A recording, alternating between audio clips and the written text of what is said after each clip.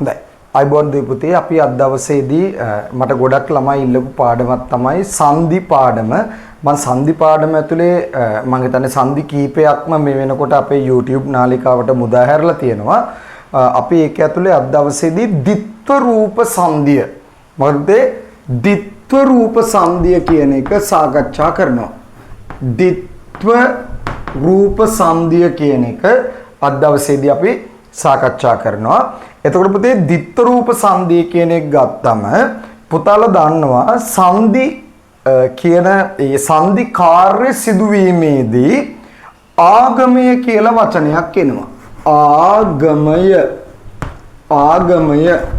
ආගමය කියලා කියන්නේ පුතේ කිසිම අකුරක් කැපෙන්නේ නැතුව අලුතෙන් අකුරක් එකතු වෙනවා. මොකද පුතේ ආගමය කියලා කියන්නේ අකුරක් කැපෙන්නේ නැතුව අලුතෙන් අකුරක් එකතු වෙනවා. ඒතර ද්විත්ව රූප සංදිය සිද්ධ වෙන්නේ පුතේ ආගමය කියන ක්‍රමවේදය ඇතුලේ. හරි අපි බලමු. එහෙනම් පුතේ ද්විත්ව රූප සංදිය කියන එක මෙන්න මේ විදිහට සිද්ධ වෙනවා. හැමෝම බලන්න. හරිද? ද්විත්ව රූප සංදිය කියන්නේ පුතේ පුතාලා හිතන්න මේ තියෙන්නේ සංදි වෙන පද දෙකක්. මේ තියෙන්නේ සංදි වෙන පද දෙකක්.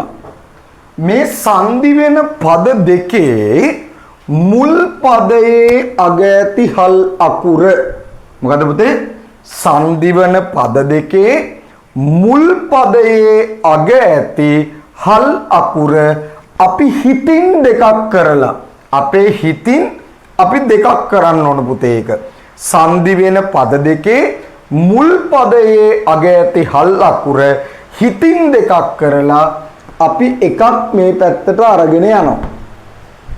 තේරුණාද මං කියන එක පුතේ? ආය අහගන්න. සංදි වෙන පද දෙකේ මුල් පදයේ අග ඇති හල් අකුර හිතින් දෙකක් කරලා මේ පැත්තට අරගෙන යනවා. එතකොට පුතේ මෙතන ඉන්නේ ස්වරයක් එයත් එක්ක මෙයා එකතු වෙනවා.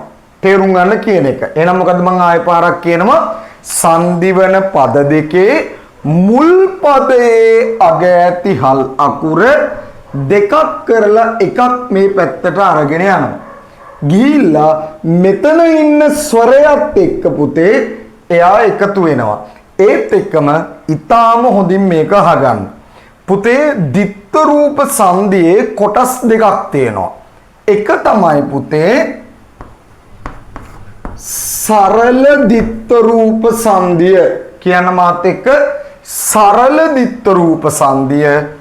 දෙක මිශ්‍ර ද්විත්ව රූප සංදිය කියන සරල ද්විත්ව රූප සංදිය සහ මිශ්‍ර ද්විත්ව රූප සංදිය කියලා පුතේ කොටස් දෙකක් තියෙනවා. දැන් මම මේක විග්‍රහ කරන්න යන්නේ නැහැ. ඕගලන්ට උගන්වද්දි තේරෙවි මොකක්ද සරල ද්විත්ව රූපය කියලා කියන්නේ, මොකක්ද මිශ්‍ර ද්විත්ව රූපය කියලා කියන්නේ. එහෙනම් මාත් එක්ක කතා කරන්න පුතේ. මොකද්ද ද්විත්ව රූප සංදිය කියලා කියන්නේ? සංදි වන පද දෙකේ මුල් පදයේ අග ඇති හල් අකුර දෙකක් කරලා එකක් එහා පැත්තට ගන්නවා. අරගෙන ඒ හල් අකුරත් එක්ක පුතේ මෙතන තියෙන ස්වරය එකතු වෙනවා. හරිද? හරි. අපි උදාහරණයක් බලමු. උදාහරණයක් බලනවා. ඇත්තු. උදාහරණය ඇත්තු. ඇත්තු කියන එක අපේ උදාහරණය. විසන්දි වෙනවා පුතේ ඇත් ධන ඌ කියලා. කොහොමද විසන්දි වෙන්නේ පුතේ? ඇත් ධන ඌ කියලා විසන්දි වෙනවා. ඊට පස්සේ මොකක්ද අපි කරන්නේ පුතේ? මේ තියෙන ඇත් ධන ඌ කියලා විසන්දි වෙනවා. මේ තියෙන හල් තයන්න හොඳට බලාගන්න. හැමෝම බලාගන්න බෝඩ් එක දිහා. මේ තියෙන හල් තයන්න හිතින් දෙකක් කරලා එකක් එහා පැත්තට අරගෙන යනවා. ඇත් ධන අල් තයන්න අරගෙන යනවා එහා පැත්තට. ඔන්න අපි අරගෙන ආවා අල් තයන්න ධන ඌ. තේරුණාද කියන එක පුතේ? අල් තයන්න ධන ඌ. දැන් අල් තයන්නයි උයන්නයි එකතු වුණාම පුතේ තු වෙනවා. මෙතනින් ඇත්තු වෙනවා උත්තරය ඇත්තු බවට පත් වෙනවා. පැහැදිලිද? තේරුණාද මං කියන එක පුතේ? එහෙනම් මොකද්ද වෙන්නේ? සංදි වන පද දෙකේ මුල් පදයේ අග ඇති හල් අකුර එහා පැත්තට අරගෙන යනවා. හරිද? ගියාම එතන ඉන්නවා පුතේ ස්වරයක්. කිසිම කෙනෙක් කැපෙන්නේ නැහැ පුතේ. එතන ඉන්නවා ස්වරයක්. ඒ ස්වරයත් එක්ක මෙයා එකතු වෙනවා. මේකට අපි කියන්නේ පුතේ සරල ditth රූප සංධිය. මොකද අපි කියන්නේ සරල ditth රූප සංධිය. අපි තව එක උදාහරණයක් ගමු පුතේ. තව එක උදාහරණයක් ගමු අපි. බලන්න. හැමෝම මාත් එක්ක කතා කරන්න.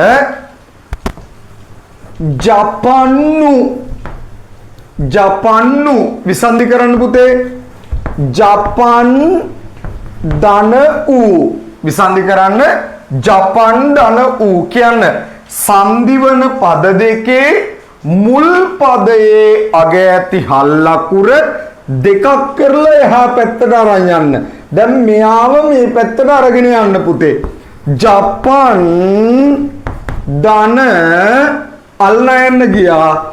අල්ලා යන්න ධන ඌ. තේරුණාද? මේ අල්ලා යන්න මෙයාට අරගෙන යන්න. ඒ අල්ලා යන්නයි උයන්නයි නූ වෙනවා. මෙතනින් ජපන් එනවා. මෙතනින් නූ වෙනවා. උත්තරය ජපන්නු බවට පත් වෙනවා. මේ තමයි පුතේ ditth රූප සංධියේ සරල අවස්ථාව. මොන අවස්ථාවද පුතේ? ඊටාම සරල අවස්ථාව. ඊළඟට අපි යනවා ditth රූප සංධියේ තියෙනවා පුතේ මිශ්‍ර ditth රූපය කියලා එකක්. මිශ්‍ර ditth රූපය. හරිද? දැන් මේ අහන්න පුතේ. කොල්ලා විසන්ධි කරන්න. කොළු ධන ආ. කොළු ධන ආ. කොල්ලා කොහොමද පුතේ තියෙන්නේ? කොළු ධන ආ. කොළු ධන ආ. දැන් එතකොට මට කියන්න ditth රූප සංධිය කියන්නේ මොකද්ද? හැමෝම කතා කරන්න වීඩියෝ එක බලන ගමන්. ditth රූප සංධිය කියන්නේ මෙතන තියෙන හල් අකුර මේ පැත්තට අරගෙන යන්න ඕනේ පුතේ. දැන් මෙතන හල් අකුරක් නැහැ. අපි මොකද්ද කරන්න ඕනේ පුතේ? අපි හල් අකුරක් හදා ගන්න ඕනේ. බලන්න.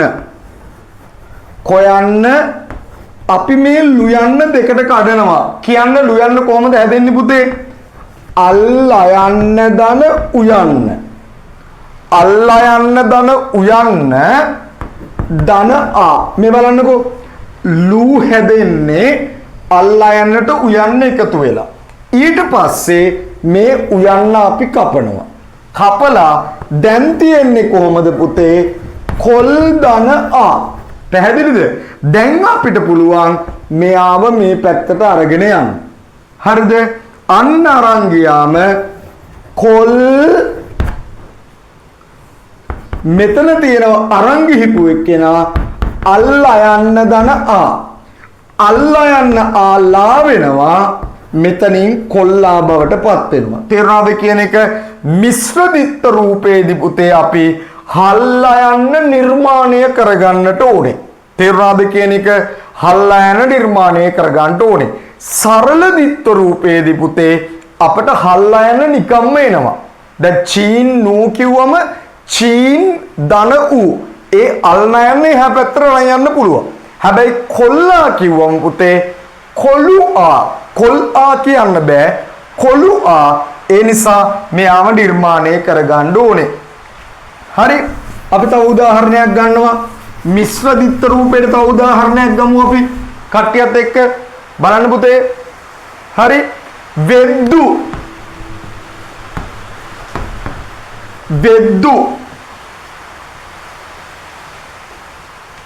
වෙද්දු කියන උදාහරණය බලන්න. වෙද්දු වේද ධන ඌ. වෙද්දු විසන්ධි වෙන්නේ කොහොමද පුතේ? වේද ධන ඌ. දැන් අපි මොකද කරන්නේ? මෙතන හල් අකුර මේ පැත්තට අරගෙන යන්න ඕනේ. හල් අකුරක් නැහැ පුතේ. හල් අකුර අපි හදා ගන්න ඕනේ. වේද දයන්න හැදෙන්නේ කොහොමද? අල් දයන්න ධන අයන්න. තේරුණාද?